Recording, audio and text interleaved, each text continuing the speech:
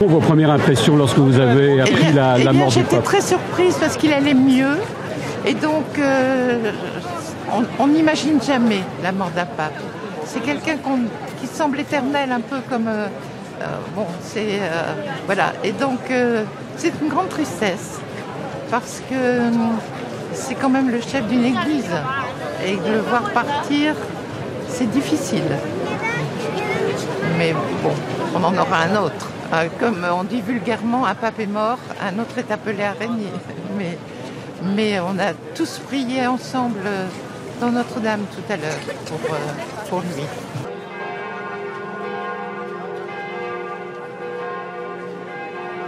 Alors je l'ai appris ce matin dans les médias, j'étais pas du tout surprise puisque c'est vrai que ça fait un moment déjà qu'il n'était pas bien.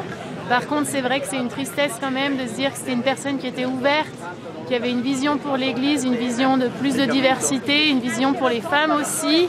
Il était extrêmement apprécié et je trouve que j'espère vraiment que le conclave va pouvoir trouver quelqu'un d'ouvert pour poursuivre son héritage politique au niveau du Vatican et du monde catholique en général. Très bien, parfait. Quel est votre prénom? Madeline. D'accord, merci beaucoup. Un grand étonnement, puisqu'on apprenait hier encore qu'il se déplaçait, certes en papa mobile, mais sur la place Saint-Pierre pour saluer ses fidèles. Donc d'apprendre comme ça le lendemain le décès, effectivement, c'est très enfin, je veux dire, ça touche, quoi.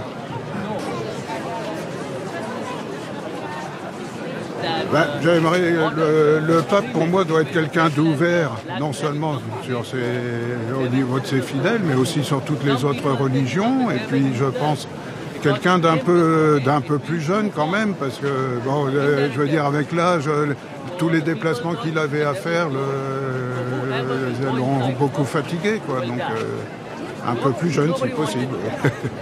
Quel est votre prénom? Eric.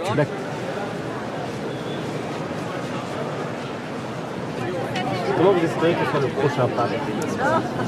Un petit peu plus ferme quant à la défense de la chrétienté et au respect des chrétiens, et à la défense des chrétiens d'Orient, parce que ce sont les grands oubliés. Et j'espère plus fédérateur que celui-ci qui a créé quand même pas mal de polémiques. Même si on a vu un nombre de baptêmes croissant ces derniers temps, il y a quand même eu des polémiques. Ce serait bien d'y mettre un terme et d'être plus fédérateur.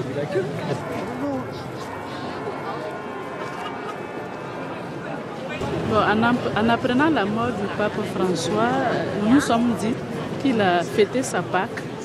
Il a vraiment fêté Pâques en allant vers son Seigneur, son Maître, qu'il avait choisi, qu'il avait appelé et mettre comme responsable de son peuple. Donc, nous avons fêté cette Pâque avec lui, nous avons prié pour lui et nous continuerons de prier pour lui. L'atmosphère ce matin à la messe à Notre-Dame, c'était particulier. À la fin, l'abbé Dufour a eu un mot du coup pour le pape François. C'était une atmosphère de recueillement particulière pour vous? Oui, on a trouvé que c'était une invitation à continuer de prier pour le pape François, mais aussi à continuer de rester dans cette espérance. L'espérance pour nous chrétiens, à cette résurrection après la mort, continuer en tant que chrétien, un peuple de Dieu, à porter le pape François dans la prière pour que maintenant, de là-haut, lui aussi, il intercède et il prie pour l'Église. Ah là, oui.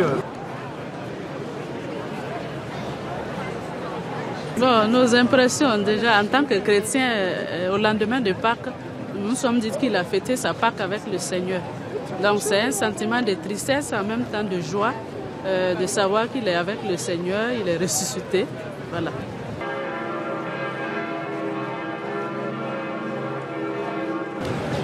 On a remarqué beaucoup dès le début de son pontificat déjà son humilité au départ et puis cette attention pour les pauvres, l'attention pour les plus démunis. Donc on s'est dit qu'il a emprunté vraiment les pas du Seigneur qui, durant toute sa mission, a œuvré pour les pauvres.